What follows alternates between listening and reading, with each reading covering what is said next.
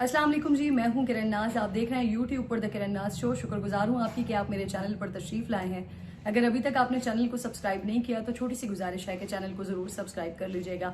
आज की कुछ अहम डेवलपमेंट है, थोड़ी सी उस पर बात करूंगी और इम्पोर्टेंटली जो मेरा मेन फोकस होगा आज की वीडियो में, जो कुछ कल लंदन में हुआ है मरियम औरंगजेब साहिबा के साथ, उस पर मैंने बात करनी है तफसीली तौर पर।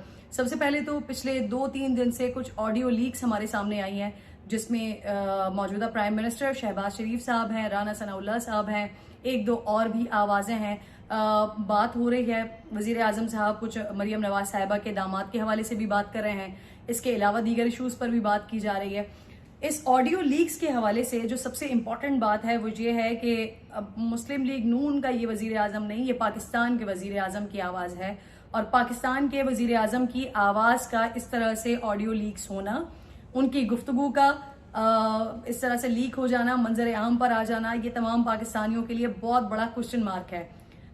ये क्योंकि बहुत सारे इसके अंदर खदशात का इजहार किया जा रहा है। ऑब्वियसली ये जो टेक्नोलॉजीज हमारे पास मौजूद हैं, मोबाइल फोन्स हैं, हैक हो सकते हैं, इनके जरिए जो गुफ्तगू है वो रिकॉर्ड की जा सकती है, टीवी के जरिए इनफैक्ट गुफ्तगू भी रिकॉर्ड की जा सकती है, इंसान को फोकस भी किया जा सकता है। इस किस्म के भी टेक्नोलॉजीज मौजूद हैं। लेकिन ये बहुत बड़ा सिक्योरिटी ब्रीच पाकिस्तान के लिए, पाकिस्तान की हुकूमत के लिए, और ऑब्वियसली हुकूमत ही जो सिक्योरिटी इश्यूज हैं उसको देख रही होती है, डिसाइड कर रही होती है। तो ये बहुत बड़ा सिक्योरिटी ब्रीच है, हो सकता है, खुदा न खास्ता, गॉड फॉरबिड।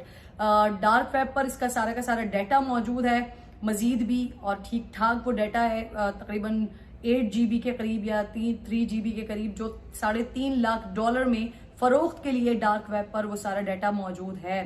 खुदा न खास्ता उसके अंदर सिक्योरिटी के हवाले से और दीगर मामला के हवाले से भी बात हो सकती है, और उसे कोई भी शर पसंद अनासर उसे इस्तेमाल कर सकते हैं, उसे सुन सकते हैं, उसे देख सकते हैं कि पाकिस्तान के अंदरूनी मामलात और हालात क्या हैं, स्पेशली सिक्योरिटी के हवाले से। तो ये बड़ा नाजुक मामला है, इसको हुकूमत वक्त को बहुत ज्यादा गौर से देखना होगा, न सिर्फ देखना होगा बल्कि इसके तदारुक के लिए भी कुछ करना होगा। और उसके लिए वजीर आजम साहब ने न सिर्फ नोटिस लिया है बल्कि एक कमेटी इजलास बुला लिया गया है जिसमें IB और ISI के लोग भी शामिल होंगे, और वो इजलास आगे डिसाइड करेगा कि जी इस जो कुछ ये हुआ है, ये जो ऑडियो लीक सामने आई है, ये जो बातें सामने आई है, इनको रोकने के लिए क्या किया जाना चाहिए। इससे पहले भी मैं ये कहती रही हूँ, और न सिर्फ मैं बल्कि बहुत सारे सीनियर जर्नलिस्ट भी ये बात करते रहे हैं कि ये ऑडियो लीक्स ये कोई अच्छी अलामत, कोई अच्छी चीज नहीं है। जब मेरे खिलाफ कोई, एक मिसाल के तौर पर मेरे खिलाफ कोई चीज आ जाती है तो मेरे मुखालिफ बजाय इस केस को कंडेम करें, इसको यूज करते हैं। इसी तरीके से किसी और के खिलाफ आ जाती है जो मुझे पसंद है तो मैं उसको यूज करती हूँ। कंटेंट जो कुछ पिछले दिनों, क्योंकि एक ऑडियो जो है वो तैमूर झगड़ा, शौकत तरीन वगैरह की भी एक ऑडियो सामने आई थी। ऑडियो लीक होना ये एक अलग सवाल है और ये एक बदतहजीबी भी है, और ये होना नहीं चाहिए। उसके अंदर का जो कंटेंट था वो जरा डिफरेंट था। उसमें वो पाकिस्तान को किस तरह से खोखला करने की बात हो रही थी, ये जरूर उसमें देखा जा सकता है। लेकिन ये जो ऑडियो लीक्स वाले इश्यूज हैं, इसको वंस फॉर ऑल खत्म होना चाहिए। उसमें चाहे वो PTI हो, चाहे मुस्लिम लीग नून हो, चाहे दीगर लोग हों, वंस फॉर ऑल ये सिलसिला खत्म होना चाहिए। और स्पेशली इतना इंपॉर्टेंट, इतना सुपीरियर ऑफिस, वजीर आजम ऑफिस, आई डोंट नो कि ये वजीर आजम ऑफिस के अंदर की ऑडियो है या कहीं और किसी निजी महफिल में गुफ्तगू हो रही है, घर में गुफ्तगू हो रही है जो कि इस तरह से सामने आई है मंजर आम पर। ये सब कुछ देखना होगा और इसका तदारुक करना होगा। सेकेंडली, इसहाक डार साहब अभी कुछ देर पहले जब मैं ये वीडियो कर रही हूँ तो मेरे पास इत्तलात मौसूल हुई है कि 8:30 बजे वो पाकिस्तान लैंड कर गए हैं, वापस आ गए हैं वजीर आजम मियां मोहम्मद शहबाज शरीफ साहब के साथ। इससे पहले जो कुछ डिसीजंस मिफ्ता इस्माइल साहब लेते रहे, उन पर बड़ी तनकीद होती रही कि ये हुकूमत जो आई है वो आई ही इसीलिए है कि इन्होंने तो महंगाई मुकानी थी, जो अवाम इतनी ज्यादा परेशान थी, जो इमरान खान साहब की जितनी भी सारी जो उनकी बैड गवर्नेंस थी, उससे अवाम इस हद तक नाला हो चुके थे, इस हद तक परेशान हो चुके थे कि जरूरत थी कि कोई और आता और कोई और टेक ओवर करता। तो इसी वजह से ही ये हुकूमत मारिज़ वजूद में आई थी। तो फिर इन्होंने आकर क्या किया, मिफ्ता इस्माइल साहब ने जो कुछ डिसीजंस लिए, ऑब्वियसली आप उसे जितना भी कह लें कि वो सख्त फैसले थे, वो लेने जरूरी थे। इमरान खान की हुकूमत ने इतना ज्यादा मैस कर दिया था कि ये सारी चीजें करना जरूरी थी। बहरहाल अवाम के लिए बहुत ज्यादा मुश्किलात खड़ी कर दी। आपने महंगाई को कहां से कहां पहुंचा दिया, पेट्रोल रेट आपने कहां से कहां पहुंचा दिया। जो महंगाई हफ्तावार इस वक्त 45% पे जो महंगाई आई हुई है, 18% पे आप इन्फ्लेशन रेट अपना मंथली देख सकते हैं। तो बड़ा बुरा इस वक्त हाल हो चुका है। तो एक्सपेक्ट तो शायद यही किया जा रहा था कि उनके पास अगर ना अहल और ना तजर्बेकार टीम थी, तो भाई आप तो ये दावा करते थे कि आपके पास तो तजर्बेकार टीम है। आप तो 2013 का हवाला देते थे कि आपके पास तजर्बेकार टीम है, जबरदस्त टीम मौजूद है। तो फिर उस टीम ने क्या किया? मिफ्ता इस्माइल साहब या पूरी मुस्लिम लीग नून की हुकूमत या ये जो मखलूत हुकूमत है, तमाम पार्टीज उसमें शामिल हैं, उनके पास भी कोई ग्राउंड पर होमवर्क मौजूद नहीं था। तो फिर अगर आपके पास भी कोई होमवर्क मौजूद नहीं था और अगर आपने भी ये सब कुछ करना था, तो फिर क्या जरूरत थी हुकूमत इमरान खान साहब से लेने की? और अगर आपने हुकूमत ले ही ली थी, तो फिर मिफ्ता इस्माइल साहब अगर गलत फैसले कर रहे थे, तो फिर क्या जरूरत थी उनको लगाने की? आप इसहाक डार को आगाज से ही ऑन बोर्ड करते, या जो सारी चीजें आपने अभी की हैं वो सारी चीजें आप पहले करते। तो अब तासुर ऐसा मिलता है, फील ऐसी आती है कि ये जो वजीर आजम साहब ने भी कुछ दिनों पहले एक बात कही थी ना कि अब मुश्किलात जो हैं वो हल की तरफ जा रही हैं। तो मुश्किलात हल की तरफ ऐसा लगता है कि आप लोग सिर्फ और सिर्फ इक़्तिदार में अपने केसेस से जान छुड़ाने के लिए आए थे और उससे आपको फायदा मिल भी रहा है। जो आपने नैब के कवानीन पास किए हैं, उससे महसूस ऐसा होता है कि अपने केसेस खत्म करवाने के लिए आए थे। अब इसहाक डार साहब के लिए भी राह हमवार हो गई, क्योंकि इसहाक डार साहब यहाँ से गए थे इसी गिरफ्तारी की डर की वजह से, उनकी कमर में तकलीफ हो गई थी, लेकिन अब वो वापस आए हैं। इसलिए वापस आए हैं क्योंकि अब गिरफ्तारी नहीं हो रही है, अब उन्होंने खुद ही सरेंडर कर दिया है और अब वो माशाल्लाह वजारत खजाना का कलमदान संभालेंगे। जो छोड़कर गए थे वही वापस लेने के लिए आ रहे हैं। नवाज शरीफ साहब के लिए भी राहें हमवार हो रही हैं, बाकी जो दीगर लोग थे उनकी राहें भी हमवार हो रही हैं, उनके केसेस भी खत्म हो रहे हैं। गो के इससे पहले नैब उन तमाम केसेस को साबित नहीं कर सका, आज तक साबित नहीं कर सका। कोई ऐसी ठोस कॉन्क्रीट चीज आपने नहीं नैब आपके लिए रख सका कि जो आपके खिलाफ जाती। बट स्टिल अगर आप आवाम के लिए आए थे तो पहले आवाम के मसले हल होने चाहिए थे, फिर आप लोगों के मसले हल होने चाहिए थे। बहरहाल आपके मसले हल हो गए हैं, आवाम के मसले वहीं के वहीं खड़े हुए हैं और एक्सपेक्ट ये किया जा रहा है कि शायद इसहाक डार साहब आएंगे तो शायद दूध और शहद की नहरें बहना शुरू हो जाएंगी। तो आप भी देखिए, मैं भी देखती हूँ कि इसहाक डार साहब के वापस आने के बाद ऐसा क्या होने वाला है जो मिफ्ता साहब से नहीं हो पा रहा था। Third and last, Maryam Aurangzeb Sahiba के साथ कल जो कुछ हुआ लंदन में, जिस तरह से उनके ऊपर जुमले कसे गए, अफसोस का मकाम था। ख्वातीन वहां पर मौजूद थी और ज्यादातर ख्वातीन थी जो इस तरह के लफ्ज इस्तेमाल कर रही थी जो मैं चाहते हुए भी इस्तेमाल नहीं कर सकती, मुझे तकलीफ होती है उसमें। चाहे मरियम औरंगजेब साहिबा हो, कोई और खातून हो, जिसके साथ भी इस तरह का सलूक किया जाएगा ये काबिल मजम्मत है, ये अनएक्सेप्टेबल है, ये नहीं होना चाहिए। किस डगर की तरफ हम जा रहे हैं? पहले भी मैंने एक बात की थी कि एक वक्त था कि जब हमारे पास ये तकरीबन तकरीम होती थी, इतना कम से कम लिहाज होता था कि किसी खातून की अगर कोई बात हो या अगर कहीं कोई खातून हो तो लड़ाई झगड़े छोड़ दिए जाते थे, खातून के सामने गालम गलोच नहीं की जाती थी। लेकिन अब सबसे इंपॉर्टेंट एंड सबसे सॉफ्ट टारगेट हमारे लिए जो है वो खातून है। कहीं पर भी आपको कोई औरत मिल जाती है तो उसके साथ ये सब कुछ करना शुरू किया जाता है। ये पहले भी मुस्लिम लीग नून के लोगों के साथ पहले भी होता रहा है। नवाज शरीफ साहब के घर के बाहर ये सब कुछ होता है, एहसन इकबाल साहब के साथ पाकिस्तान में ही हुआ, मैकडॉनल्ड्स में, इसके अलावा भी दीगर लोगों के साथ होता है। लेकिन मरियम औरंगजेब तो एक खातून थी और फिर वहां पर जितने भी लोग मौजूद थे वो ना मुस्लिम लीग नून की मरियम औरंगजेब थी, ना शायद वहां के लोगों को पता होगा कि ये मरियम औरंगजेब है। उन्होंने सिर्फ ये देखा होगा कि एक पाकिस्तानी खातून है और उसके सामने बहुत सारे पाकिस्तानी मौजूद हैं और वो आकर उससे सवाल कर रहे हैं और वो आकर उस पर हुटिंग कर रहे हैं, उसको हैरेस कर रहे हैं। जितने भी लोग वहां पर मौजूद थे, क्या उन्होंने कभी अपने लीडर से ये पूछा है कि जिनके लिए आप स्टेज पर खड़े होकर गालियां निकालते हैं, जिनको खड़े होकर आप कहते हैं ये चोर है, ये सारा मुल्क लूट कर ले गए, 3.5 पौने 4 साल में आप साबित क्यों नहीं कर सके कि ये मुल्क लूट कर ले गए? आपने करोड़ों रुपए नैब पे झोंक दिए इस सारी इन्वेस्टिगेशन में, लेकिन आप आज तक साबित नहीं कर सके कि जो कुछ मुल्क लूट कर गए हैं वो ये लोग लूट कर गए हैं जिनके आप नारे लगाते रहे। और अगर आप झूठे थे तो फिर आप ये अपने सारे फॉलोअर्स को बताएं कि आप झूठ बोलते थे, क्योंकि आपने साबित तो आज तक कुछ नहीं किया है।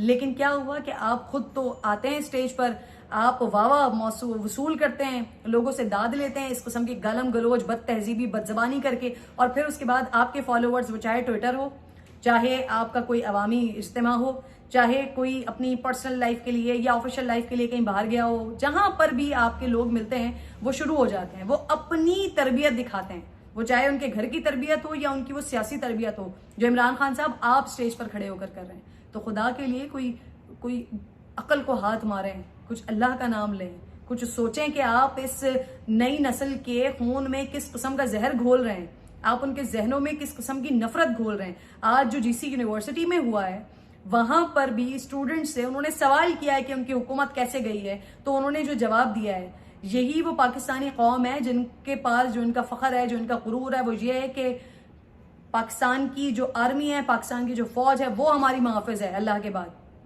और जब कोई पाकिस्तान के ऊपर मुश्किल वक्त होता है तो पूरी की पूरी पाकिस्तानी कौम जो है ना एक दीवार बनकर अपनी आर्मी के साथ खड़ी हो जाती है। लेकिन खान साहब आपने सिर्फ अपने इख्तिदार के चक्कर में इतनी नफरत घोल दी है कि आज आपके फॉलोअर्स को ये लगता है कि आपकी हुकूमत जो गिराई है वो एस्टेब्लिशमेंट ने गिराई है या न्यूट्रल्स ने गिराई है। तो खान साहब आप तो खुद डिसाइड नहीं कर पा रहे हैं कि आपकी हुकूमत गिराई किसने है। आपकी हुकूमत ये पीडीएम ने गिराई है, आपकी हुकूमत एस्टेब्लिशमेंट ने गिराई है, या आपकी हुकूमत अवाम ने गिराई है। एक दफा डिसाइड कर लें, वंस फॉर ऑल डिसाइड कर लें और उसके बाद अपने फॉलोअर्स को बता दें। जो आपके फॉलोअर्स ने तूफान बदतमीजी मचा रखी है, जो कुछ वहां पर हुआ है, और ज्यादा उसमें तकलीफ की बात ये थी कि पहले तो ये कि वहां पर वो खवातीन थी जो गालम गलोच कर रही हैं, जो शोर शराबा कर रही हैं। उसके बाद यहां से भी बड़ी अच्छी, मैं जिन खवातीन को मैं पर्सनली जानती हूँ पाकिस्तान तहरीक इंसाफ की, उन खवातीन ने इस चीज को प्रमोट किया, सपोर्ट किया। मैं नाम नहीं लेना चाह रही, उनके पास वजारतें रही हैं पीटीआई के दौर में। वो खवातीन ट्विटर पर इस एक्ट को, मरियम औरंगजेब के साथ जो कुछ हुआ है, उसको सपोर्ट कर रही हैं। उन्होंने उसके बारे में माशाल्लाह बड़े अच्छे अच्छे ट्वीट्स किए हैं कि जी ऐसा ही होगा, अल्लाह ने तो ऐसा इनके लिए वक्त ला दिया कि ये तो कहीं मुंह छुपाने के काबिल नहीं रहे। साबित कर सके हैं आप लोग, बता सके हैं आज तक आप अवाम को कि जी ये चोर हैं, या जो वो कॉफी पी रहे हैं, चाय पी रहे हैं, या जो कोक पी रहे हैं वो आपके पैसों से या मुल्क को लूटे हुए पैसों से पी रहे हैं? साबित कर सके हैं। चले ठीक है, मान लेते हैं आप सच कह रहे होंगे, साबित तो करें, हमें तो बताएं ताकि हम भी उनको कह सकेंगे जी आप मुल्क का पैसा लूट कर ले गए। साबित नहीं कर सके आप। इतनी बदतहजीबी, इतनी बदलिहाजी, इतनी डिसरिस्पेक्ट कभी भी माशरे में नहीं थी जो आज हो गई है। उसके बाद जो मजीद हुआ वो ये हुआ कि जब मैंने और कुछ दीगर खवातीन ने जब मरियम औरंगजेब साहिबा के हक में ट्वीट किया है, और वंस अगेन मैं ये बात कहूंगी कि यहाँ पर मरियम औरंगजेब के अलावा भी कोई और खातून होती, वो चाहे उसका ताल्लुक पीटीआई से होता, चाहे उसका ताल्लुक पीपल्स पार्टी से होता, चाहे उसका ताल्लुक किसी से भी नहीं होता, मैंने इसी तरह से सपोर्ट करना था। मैं ये किसी भी खातून के साथ इस तरह की बदतहजीबी नहीं बर्दाश्त की जानी चाहिए माशरे में। लेकिन उसके बाद हुआ क्या, मेरी 6 साल की छोटी सी बेटी की पिक्चर्स उठाई गई हैं ट्विटर के ऊपर। उस 6 साल की बेटी की मेरी पिक्चर्स पोस्ट की गई हैं और उसके ऊपर इतनी गलीज बातें लिखी गई हैं, इतनी गंदी बातें लिखी गई हैं कि उसे मैं बता नहीं सकती। मैंने वो ट्वीट्स जो है एक को रीट्वीट किया और उस पर कहा है कि खुदा के लिए ये बच्चों को तो कम से कम, बेटियों को तो इन चीज़ों से दूर रखें। खुदा के लिए बच्चियों को, बेटियों को, माँ बाप को, बहन भाइयों को तो इन चीज़ों से दूर रखें। क्या मकसद ये है कि जो शख्स बात कर रहा है उसको इस हद तक तकलीफ पहुंचाएं आप? क्या मकसद है इसका? अगर आपको मेरा पॉइंट ऑफ व्यू नहीं पसंद आ रहा, आप तनकीद करें, आप मुखालिफत करें, लेकिन ये कौन सी बदतहजीबी की निचली सतह है, हद दर्जे की गिरावट है कि आप बच्चों को इस्तेमाल करें, आप बच्चों के फेस पर उनकी तस्वीरें लगाकर इस किस्म की वाहियात और गंदी बातें लिखें। किस तरफ हम जा रहे हैं? ये किसी की भी बेटी हो, किसी की भी माँ हो, किसी की भी बहन हो, ये किसी के लिए भी एक्सेप्टेबल नहीं है। खुदा के लिए कुछ होश का नाखुन ले। इमरान खान साहब को चाहिए था कि वो इस वाकये के ऊपर मजम्मत करते, वो इस वाकये पर अपने फॉलोअर्स को कहते कि ये ना करें। मरियम औरंगजेब साहिबा ठीक है, एक सियासी रफ्त है उनके साथ, लेकिन वो भी आपकी बहन बेटियों की तरह ही है, ना करें ऐसा। लेकिन नहीं, कभी खान साहब नहीं बोलते। इसलिए नहीं बोलते क्योंकि वो तो खुद आकर स्टेज पर बताते हैं कि मरियम नवाज क्या है, मरियम औरंगजेब क्या है, सबको वो नए नए नाम देते हैं। वो सोचते हैं बैठकर कि जी किसको क्या नाम देना चाहिए। अगर ये सब कुछ आपने मुल्क के लिए सोच लिया होता खान साहब, तो आज जो आप ये अपनी बदतहजीबी और बदजबानी की वजह से हीरो बने हुए हैं ना, आप वाकईतन मुल्क और कौम के हीरो ही रहते। आप होते मुल्क और कौम के हीरो। अभी जो आप अपने कुछ फॉलोअर्स के हीरो रह गए हैं ना, जिनको आहिस्ता आहिस्ता उनको भी इंशाल्लाह समझ आ जाएगा कि ये जो आपके अंदर एग्रेशन है, जो आपके अंदर गुस्सा है, ये पाकिस्तान की भलाई और पाकिस्तान की बेहतरी के लिए नहीं है, ये बल्कि आपके अपने इक़्तिदार के लिए। आज आपको इक़्तिदार मिल जाता है ना, आज आपको इक़्तिदार मिल जाता है, ये एस्टेब्लिशमेंट आपको सबसे अजीज हो जाएगी। पाकिस्तान आर्मी जो है, जिनके लोगों को, जिनके न्यूट्रल्स के लिए आप लोगों से नारे लगवाते हैं, वो आपके लिए सबसे प्यारी हो जाएगी।